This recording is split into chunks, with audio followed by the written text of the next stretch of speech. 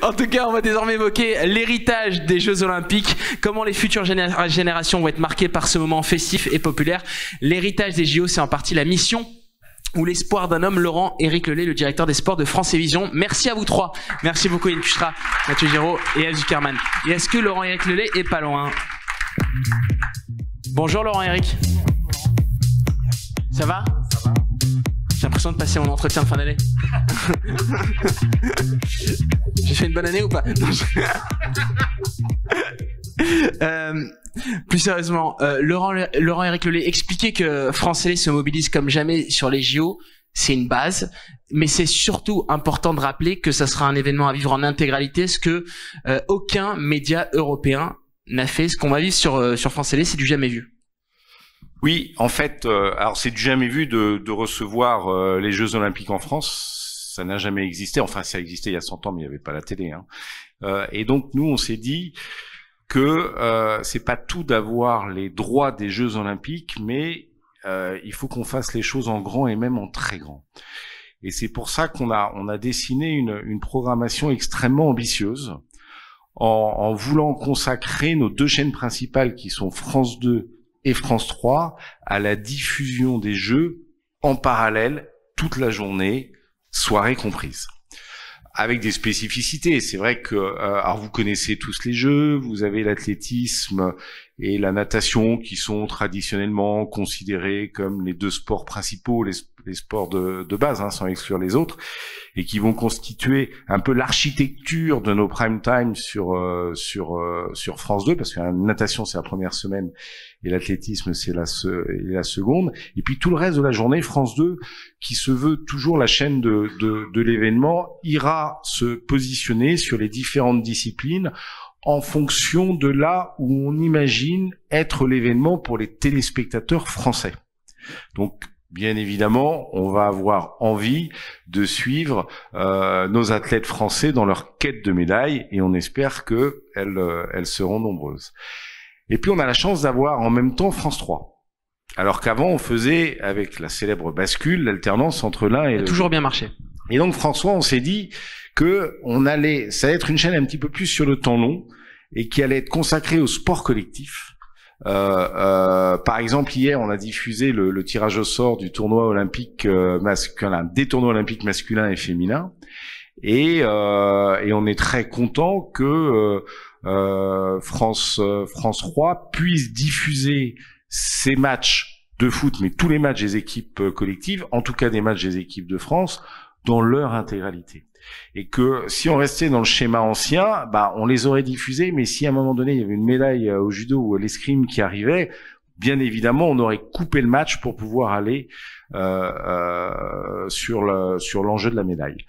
Donc on va utiliser France 3 pour ça. Et on fait une troisième chaîne qui sera disponible sur France.tv, sur la plateforme, qui sera sur le numérique, et qui, elle, se veut un peu dédiée au sport. Alors, moi, j'aime pas tellement le mot, mais il est quand même utilisé au sport jeune. Je vous entendais parler du breaking. On la retrouvera là. Est-ce que le breaking est un sport jeune? Forcément, mais ça veut pas dire qu'il ne plaît qu'aux jeunes.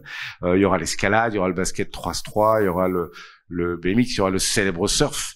Je dirais évidemment.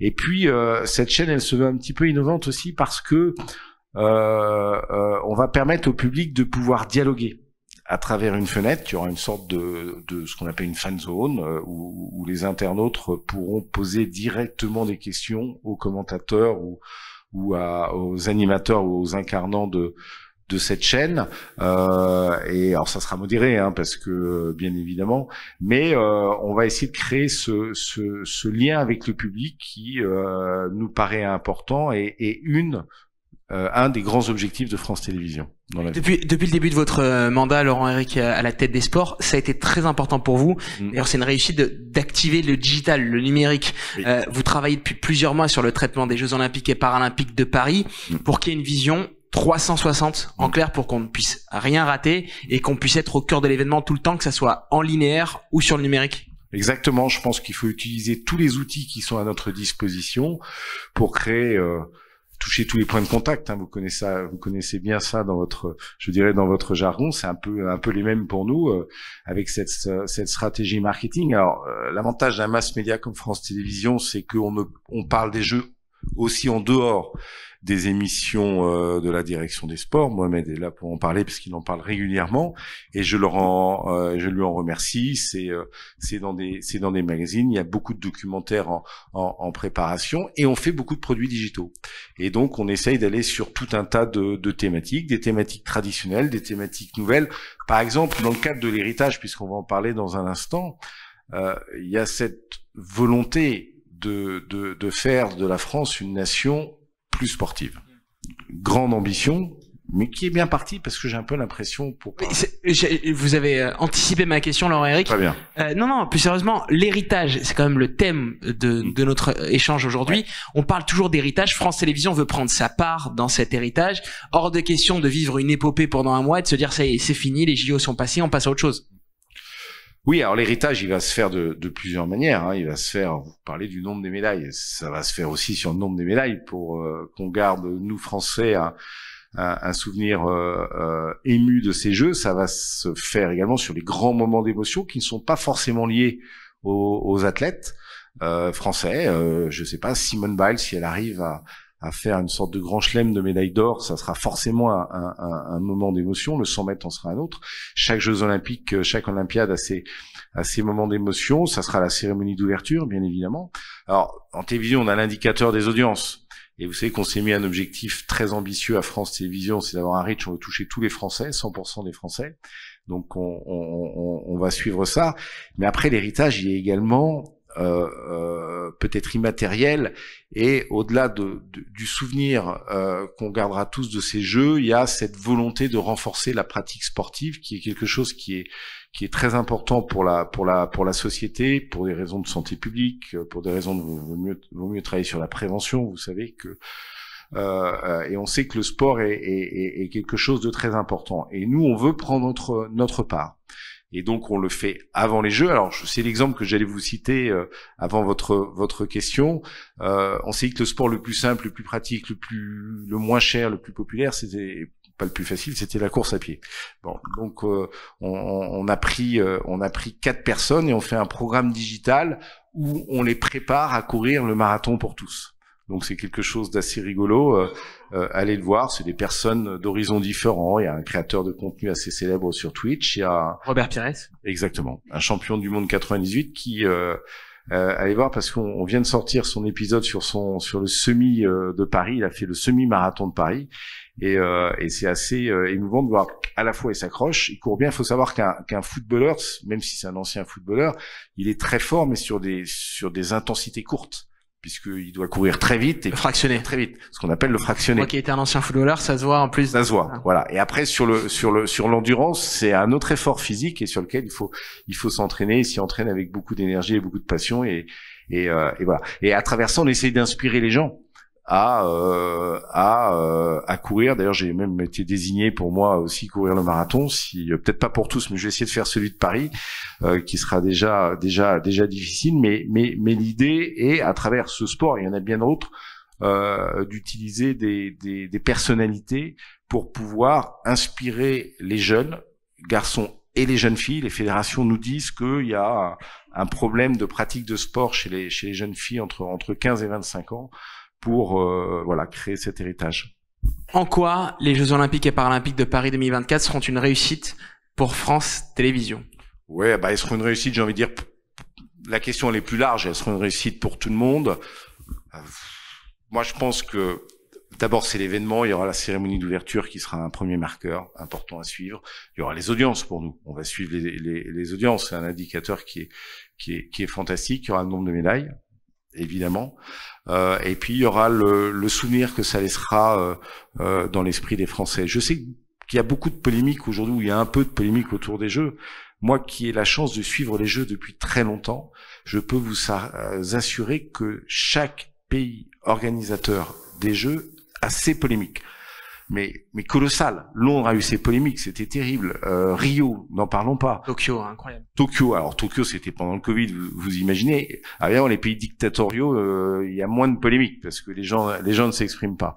Donc, je pense qu'il faut pas s'inquiéter et que le jour où les Jeux vont commencer, toutes ces polémiques vont s'éteindre et tous les Français vont les regarder avec envie, avec bonheur, avec passion, avec plaisir.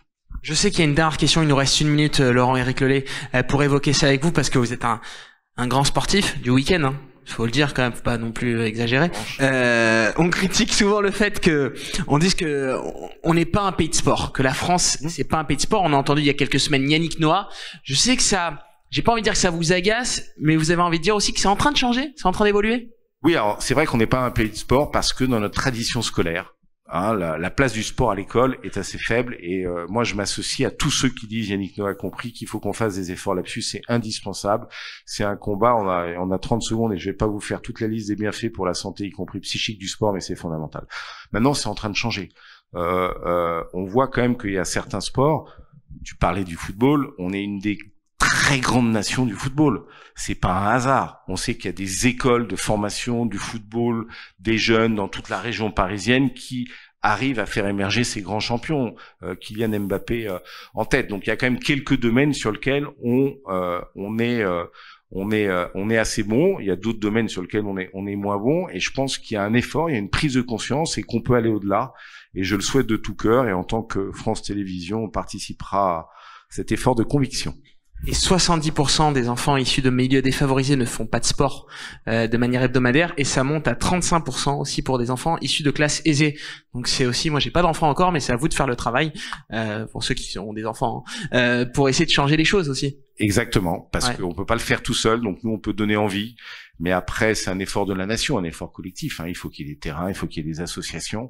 Pas facile une association de sport, c'est beaucoup de bénévoles, donc c'est aussi une énergie, et ça fait partie des marqueurs qui changent, et je pense que les Yannick Noah, les Teddy Riner, quand ils disent que la France n'est pas une nation sportive, ils font référence aux chiffres que tu donnes, et ils essayent de faire prendre conscience que il faut que ça bouge et que le pays a beaucoup à gagner à faire ça. Et ça nous permet de prendre conscience aussi de votre travail, Jean-François Chevalier, à Bondy, aussi dans les territoires, vraiment avec ces associations. Aujourd'hui, monter un club de foot, monter une association de sport, c'est des normes, c'est des difficultés, c'est se bagarrer avec les parents aussi parfois qui sont de plus en plus fada, comme on dirait, et parfois des difficultés au quotidien. Donc merci à vous, merci Laurent-Éric Lelay.